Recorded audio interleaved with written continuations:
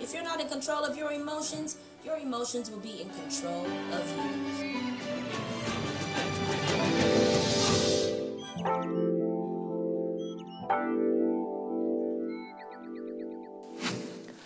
Life itself can be a very vast wilderness with a lot of challenges, trials, and tribulation. I don't think there's any one living person that can avoid that lonely road. Yeah. Challenges are inevitable, but at the end of the day, you make your way.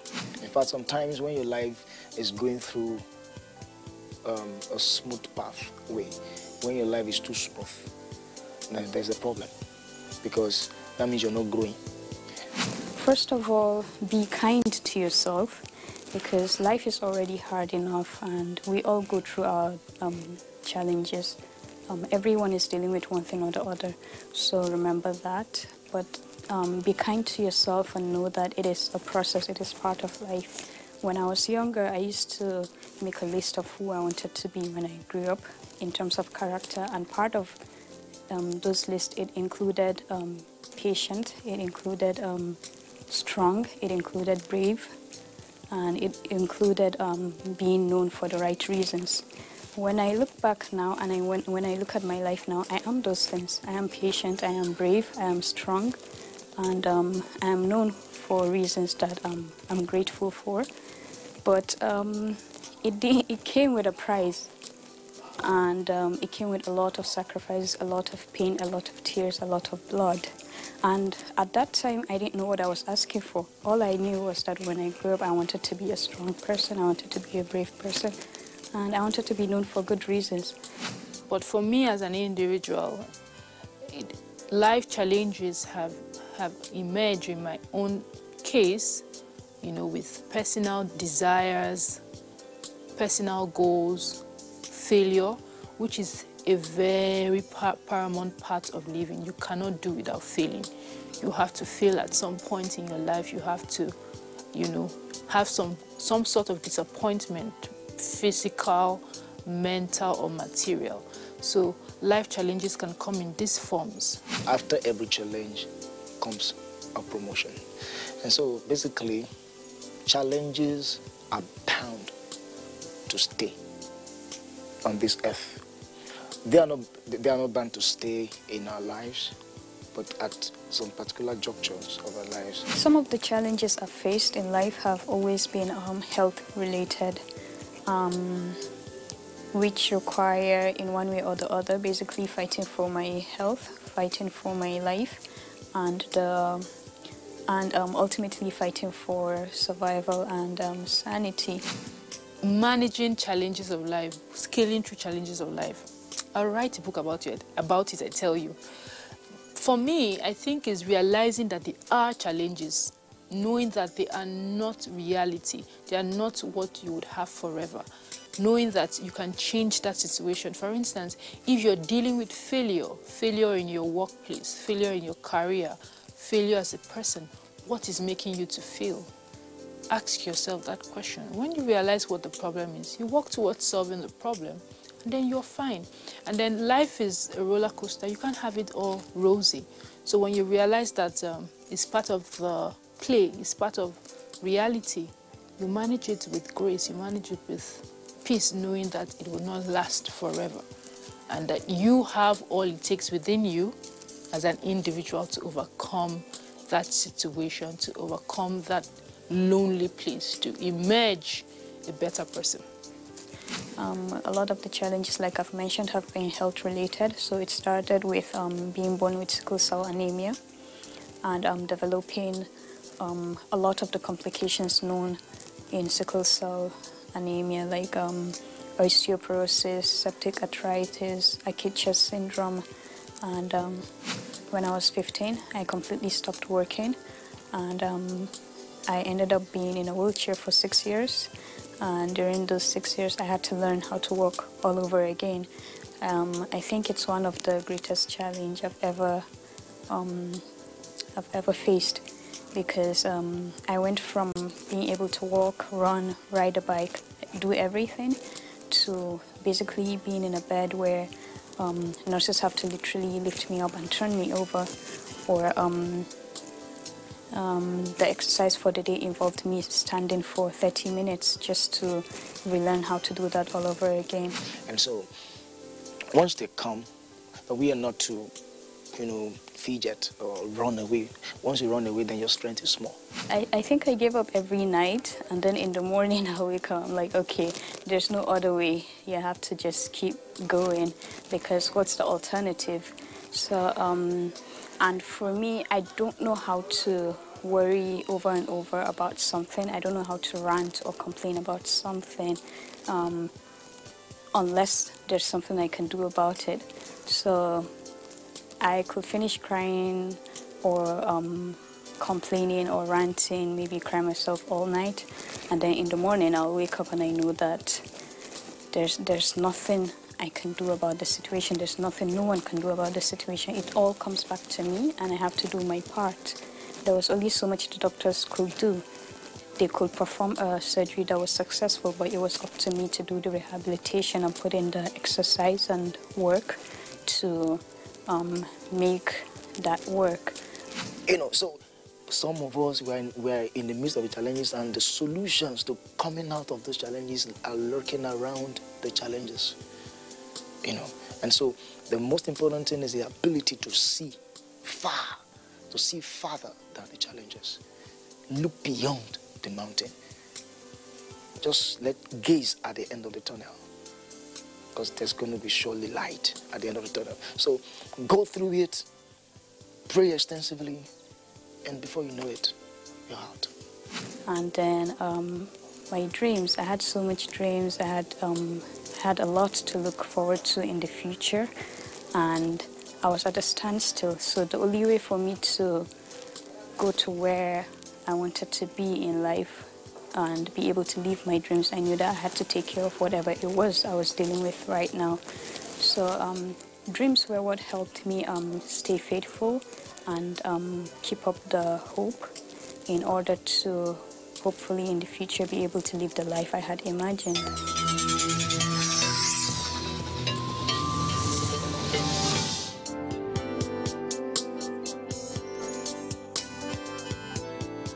Thank you so much for tuning in. My name is Omenesa, and you are watching Emotions. And this is a show where I pretty much encourage you to take control of your emotions, or your emotions will take control of you. And we can't have that. Today, my topic is on the wilderness. And I chose this topic because there was a day that I was talking to a lot of women, and I was encouraging them and counseling them, and it was in a group. And the woman just stood up and said, why is it that we have so many wilderness experiences? Like, that wasn't even the right word. And I said, well, it's not that you're having a wilderness situation in your life. You have to understand that life is a wilderness. And the moment you realize that you are living in this life on borrowed time, and it is timed, and the moment that you realize that life itself is a wilderness, you will stop being shocked. Because you see, in a wilderness, you can expect snakes. In a wilderness, you can expect bears and tigers and rodents, ants. You can expect all of that. But if you're living in a fancy world in your mind, thinking that everything shouldn't be the way they are, so-and-so shouldn't have died, I shouldn't have been raped, that situation should never have happened, I shouldn't have been in a wrong marriage. If you can just settle down and calm down and just think to yourself that, you know what, life itself is a wilderness, you would stop being shocked at all of this. So basically, if you're living in a wilderness, then how do you survive in a wilderness? And that's what I want to talk to you, or that's what I want to talk about today, is how will you survive in a wilderness? First of all, you have to admit that you're in a place that you have no control over. You are already here. So it's either you kill yourself or you keep running. So when you realize that you're living in a wilderness, You have to accept that you're here, and what do I do now? Stop trying to find ways of escaping and find ways to actually survive in the wilderness. Don't find ways of getting out of the wilderness. Find ways of actually being and enjoying the wilderness, because it could be fun. And that's what life is. So, the first rule of thumb is keep running. When you're in a wilderness, if you stand still, you will get eaten. You will get chewed up. You will be devoured. So you have to keep running. You can't look back. The good book talks about a woman named, she was Lot's wife. And she looked back. She didn't look back because she was weak or because she was a coward. She just couldn't even imagine having to go all, like having to just press one more time to another unknown destination, to another unknown, unplanned plan, to another plan that I never planned, to another union that I'm really not sure of, to another job that I'm really not sure of, to another venture, to another adventure, to another choice. So she looked back because she just didn't know how she was going to stomach yet another stride. But that's the game in the wilderness. You have to be able to stomach another stride. You have to be able to pick yourself up and keep going. Just keep going. I remember when I was diagnosed with scoliosis, it was really hard on my family. Extremely hard on my family, especially when my parents were pastors, so God pretty much used them to heal the sick and raise the dead, and then it came to their only child, and nothing happened. They laid their hands on me, and nothing happened. I didn't receive my healing. I had to go through the route of thousands and thousands and thousands and thousands of dollars and 18 hours of surgery, and you know, they had to break the two sides of the letter S because I do have scoliosis, and scoliosis is when your spinal cord is shaped like a perfect S. They broke the two sides of the letter S, they turned it into a letter I, and then they put a rod in my back to keep me straight. And every time that I walk through a metal detector, it makes a loud noise. The older I'm getting, the noise, the noise is beginning to fade. The older I'm getting, the noise is beginning to fade. However, I was so angry with God because I just didn't even understand. Like, why can't things just be normal? But I had to keep pushing. I couldn't sit down and be thinking about, no, I'm not going to do the surgery. I'm just going to wait for you to prove that you are God. That will be looking back. That will be actually taking inventory of the past things that he has done for other people and not looking forward to what he's about to do for me. And I can tell you this, at this stage in my life right now, I thank God that I have a testimony. I thank God that I have a story. I thank God that I went through that 18-hour surgery. I thank God that I have a rod in my spinal cord. I thank God that I have a story. I thank God that I have a scar. And that's the benefit of moving forward. You may have scar tissue, but the bleeding will stop. I can assure you of that. The bleeding will definitely stop. The scar may be there, but you wouldn't have the wound anymore. That's why you have to keep moving in the wilderness. You have to keep running. Because if you don't run, you're going to get eaten. You're going to get devoured. Another key to surviving in the wilderness is to get up when you're beaten. It's almost the same thing like the first point, you see, but this time if a snake bites you, yes, you are gonna have to take care of it immediately. You don't stand there communicating with the snake. Oh, why did you do that to me? Why did you bite me? Can't you see that I have a destination? Can't you see that I'm running? I thought that we were friends by now since we've been in the wilderness together. Why did you bite me? Why did you put your venom on the inside of me? Why did you decide to kill me softly? When you get beaten by a snake, you find yourself a corner, and you get that venom out, and then you run as fast as you can. You don't stand there and have a conversation with the snake. You don't do that. You don't ask it questions. Because the longer you stay there, more snakes will come. Talking about more snakes will come. I would never forget when I was in Africa.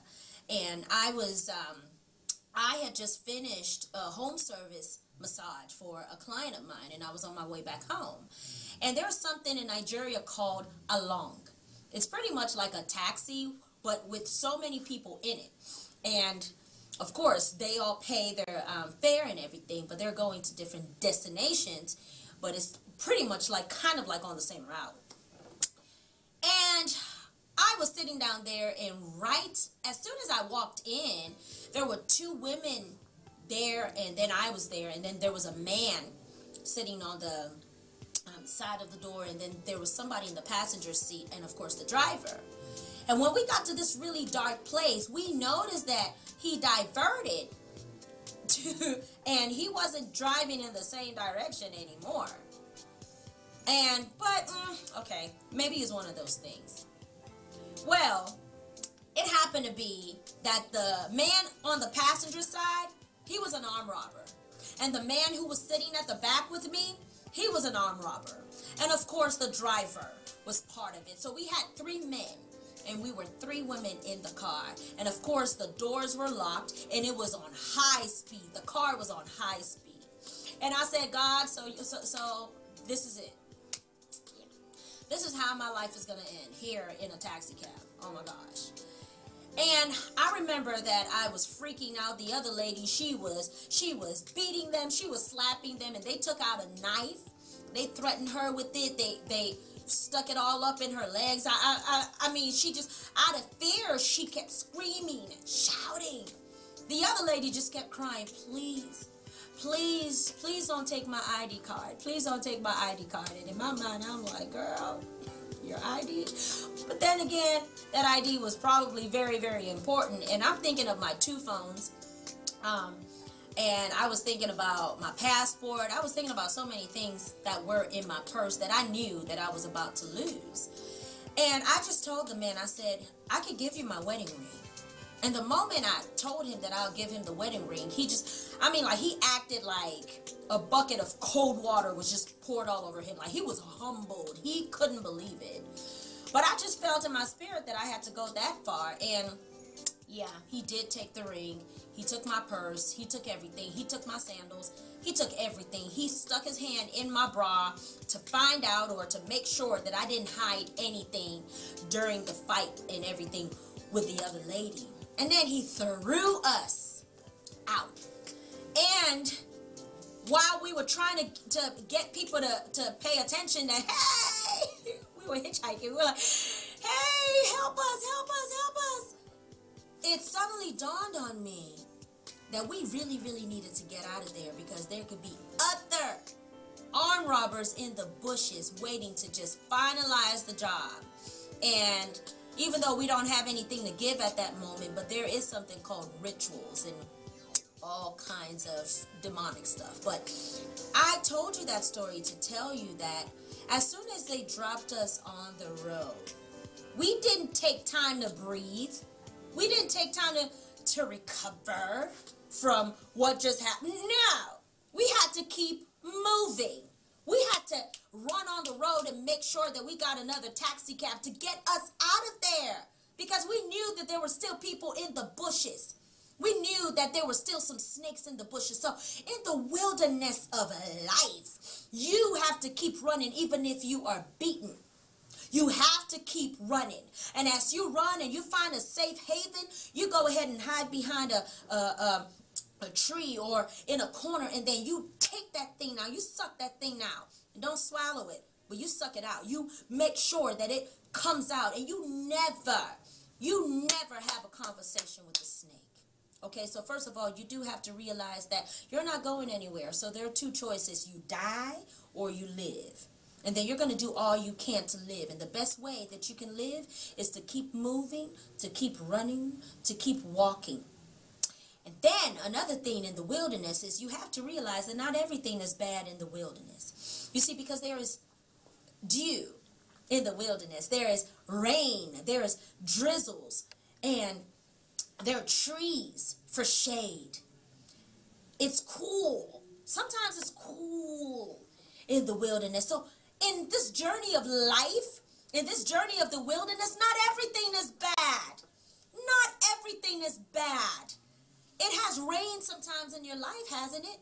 You have been able to pay your tuition. You've been able to sustain a marriage for 10 years, for 15 years. You have children who actually obey you. And even if you don't have kids, you have a dog, you have a cat, you have a good job. There is something in your life that is worth being happy about.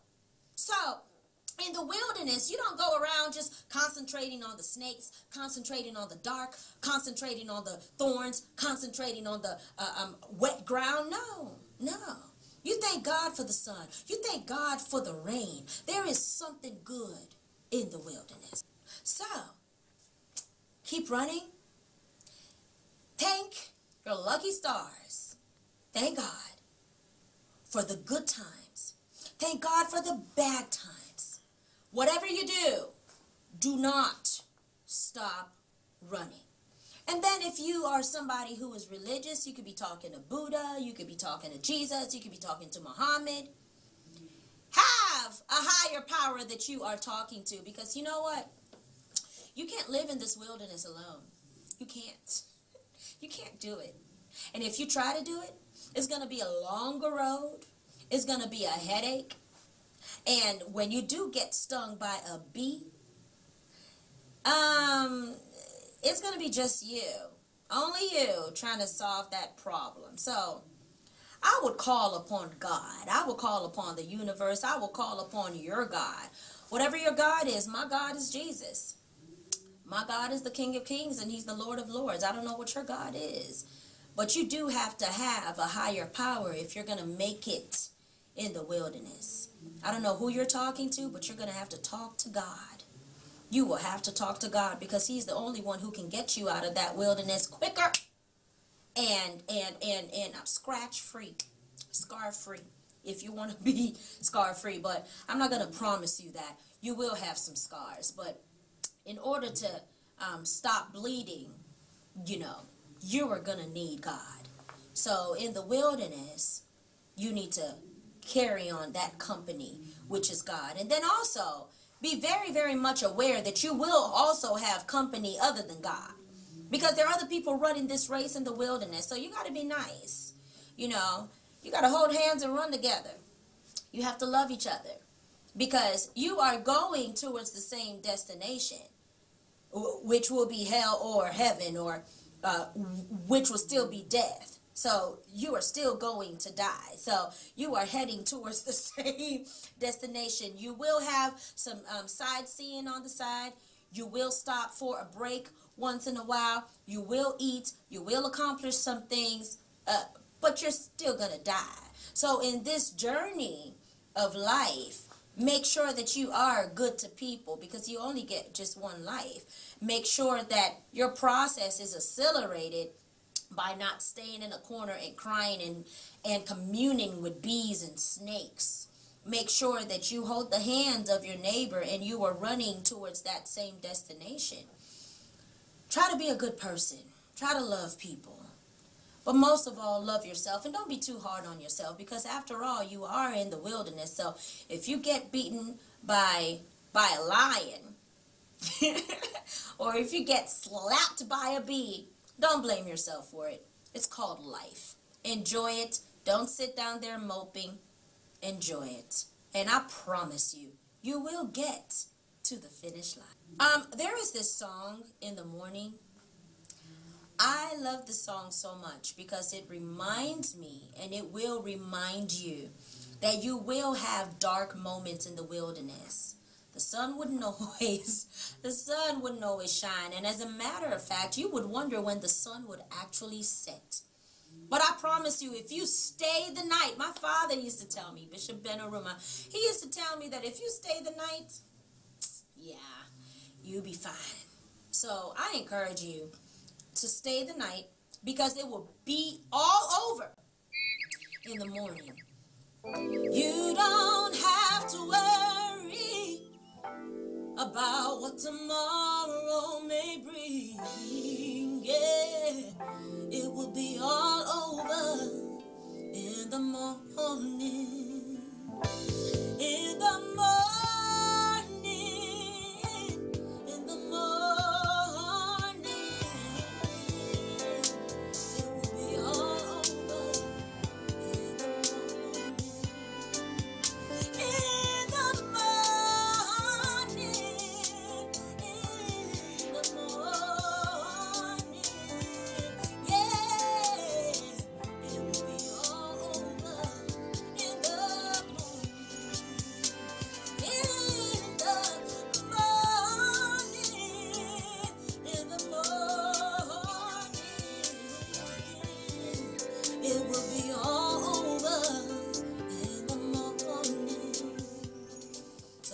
encouragement to you is that in the wilderness, you have to keep on running.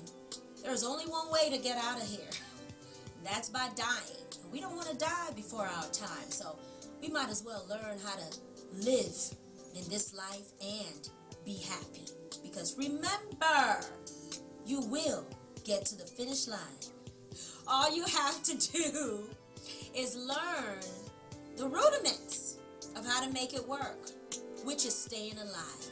And I promise you, if you can just stay alive, if you can just wake up in the morning and get out of bed, things will be better and you will be closer to the end of the race.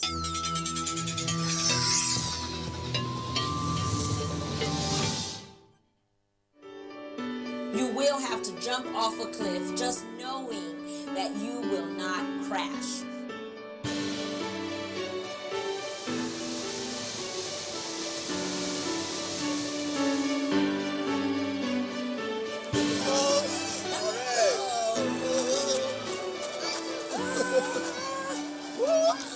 If you're not in control of your emotions will be in control of you.